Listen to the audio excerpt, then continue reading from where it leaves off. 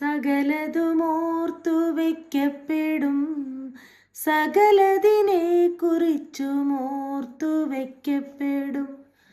നിങ്ങളുടെ തൊക്കുകൾ കൊണ്ട്, നിങ്ങളുടെ ലാത്തികൾ കൊണ്ട് നിങ്ങൾ കൊന്നൊടുക്കിയ ഞങ്ങളുടെ പ്രിയപ്പെട്ടവരെ ഓർത്ത്. ഇന്ന് ഈ കവിത ഒരുപാട് പേർ ചൊല്ലിക്കേട്ടു. നമ്മുടെ രാജ്യ തലസ്ഥാനത്ത് നിങ്ങളുടെയും എൻ്റെയും മക്കളുടെ പ്രായമുള്ള കുഞ്ഞുങ്ങളാണ് കഴിഞ്ഞ കുറേ ദിവസങ്ങളായി വളരെ സമാധാനപൂർവമായി സമരം ചെയ്യുകയും, എന്നാൽ നമ്മുടെ ഭരണകൂടം അതിദാരുണമായി മൃഗീയമായ ആ കുഞ്ഞുങ്ങളെ തെരുവിൽ വലിച്ചിഴയ്ക്കുകയും അടിച്ച് ശരീരമാസകലം അടിച്ചു പൊട്ടിക്കുകയും തലയും കൈകാലുകളും അടിച്ചൊടിച്ച് അവരെ മൃതപ്രായരാക്കുകയും ചെയ്തത്. ഇതേ സമയം തന്നെ 21 ദിവസത്തോളം ഭക്ഷ്യപേയങ്ങളില്ലാതെ സോനം വാങ്ചുക് എന്ന് പറയുന്ന ഒരു വിദ്യാഭ്യാസ വിദഗ്ധൻ ഈ കുഞ്ഞുങ്ങൾക്ക് വേണ്ടി സമരം ചെയ്യുകയാണ്. ഈ സമരങ്ങളെ ഒന്നും കാണാതെ തൃണവത്ഗണിച്ചുകൊണ്ട് നമ്മുടെ ഒരൊറ്റ മാധ്യമവും ഇത് വേണ്ടത്ത രീതിയിൽ ഒരു നല്ല കവറേജ് കൊടുക്കാൻ പോലും തയ്യാറായില്ല എന്നതുകൂടി ഓർമ്മിക്കപ്പെടേണ്ടതുണ്ട്. നമ്മുടെ രാജ്യത്തിൻ്റെ ജനാധിപത്യം എവിടെയാണ്? തുല്യത, സാമൂഹ്യനീതി ഒക്കെ നമുക്ക് ഭരണഘടനാ അവകാശമായി നൽകിയിട്ടുള്ളൊരു രാജ്യത്ത് നമ്മുടെ സാധാരണക്കാരൻ്റെ കുഞ്ഞുങ്ങൾക്ക് ക്വാളിറ്റി എഡ്യൂക്കേഷൻ ഇല്ലാതാക്കപ്പെടുന്ന സാഹചര്യങ്ങൾ നിരന്തരം എന്നോണം തുടരുമ്പോഴാണ് വിദ്യാഭ്യാസ മന്ത്രിക്കെതിരെയുള്ള ഈ സമരങ്ങൾ നമ്മുടെ യുവാക്കൾ ഏറ്റെടുത്ത് ഈ രാജ്യത്തുടനീളം നടത്തുന്നത് എന്നുള്ളതാണ്. ഇതിനെ അല്പം പോലും ഗൗരവമായി കാണുകയോ അതിന് ആ രീതിയിലുള്ളൊരു പ്രാധാന്യം നൽകുകയോ നമ്മുടെ മീഡിയാസ് ഒന്നും തന്നെ ചെയ്തില്ല. ഇന്ന് കുറച്ച് സെലിബ്രിറ്റീസൊക്കെ വരാൻ തുടങ്ങിയപ്പോൾ മാത്രമാണ് അവർ കുറച്ചെങ്കിലും ഇതിനെ ഒന്ന് ശ്രദ്ധിക്കാനോ അത് വേണ്ട രീതിയിൽ റിപ്പോർട്ട് ചെയ്യാനോ പോലും തയ്യാറായിട്ടുള്ളത് എന്നുള്ളതാണ്. നമ്മുടെ രാജ്യത്ത് ഇതിനു മുമ്പും പേപ്പർ ലീക്കേജുകൾ നടന്നിട്ടുണ്ടല്ലോ, പിന്നെ എന്തുകൊണ്ടാണ് ഇപ്പോൾ സമരമെന്ന് ചോദിക്കുന്ന ചിലരുണ്ട്.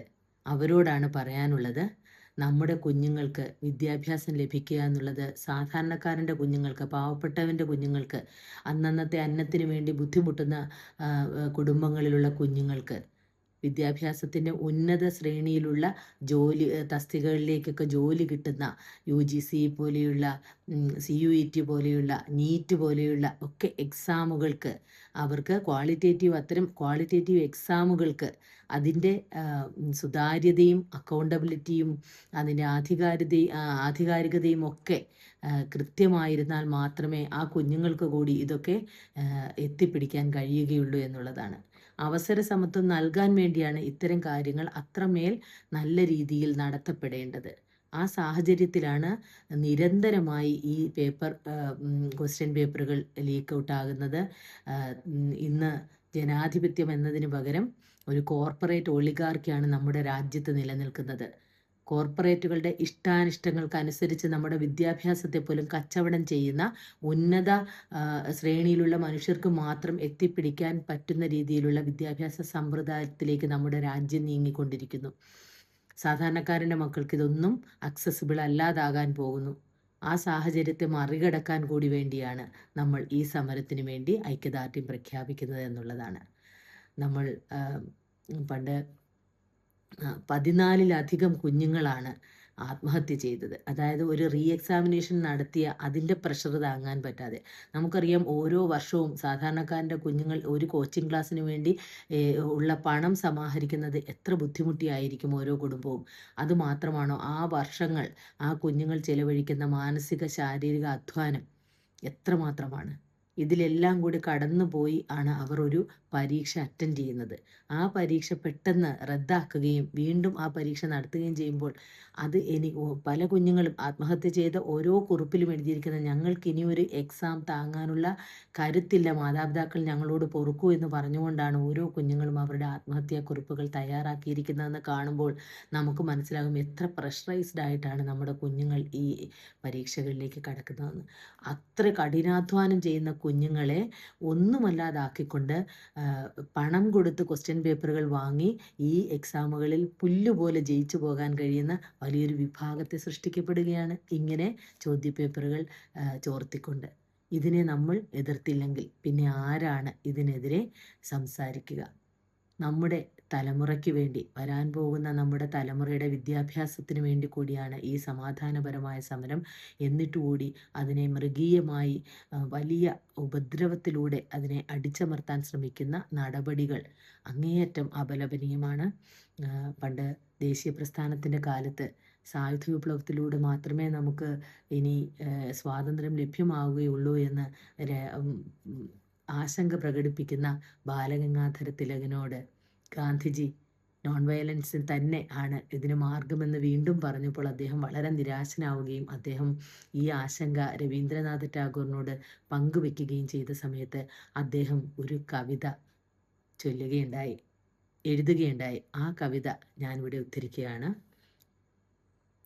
যদি তোর শুনি क्यों ना আসে তবি একলে চলো রে, যদি তোর শুনি क्यों ना আসে তবি একলে চলো রে, তবি একলে চলো একলে চলো একলে চলো একলে চলো রে, তবি একলে চলো একলে চলো একলে চলো একലെ ചലോ രേ.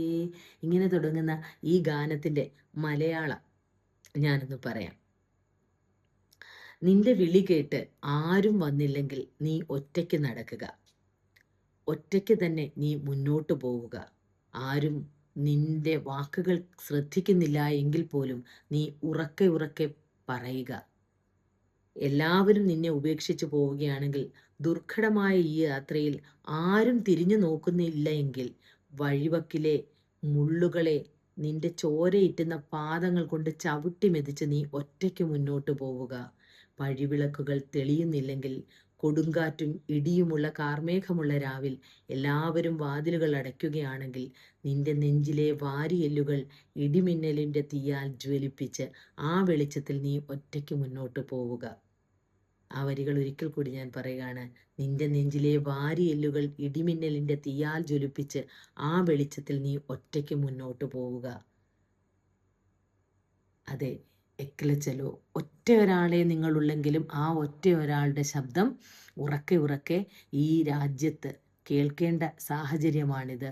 ഈ സാഹചര്യത്തിൽ നമുക്കെല്ലാവർക്കും, നമുക്ക് ഒരാൾക്ക് പോലും നിശബ്ദരായിരിക്കാൻ അവകാശമില്ല എന്ന് ഒരിക്കൽ കൂടി പറയുന്നു. നമ്മുടെ തലമുറയ്ക്ക് വേണ്ടി, നമ്മുടെ കുഞ്ഞുങ്ങൾക്ക് വേണ്ടി നമുക്ക് ശബ്ദമുയർത്താം.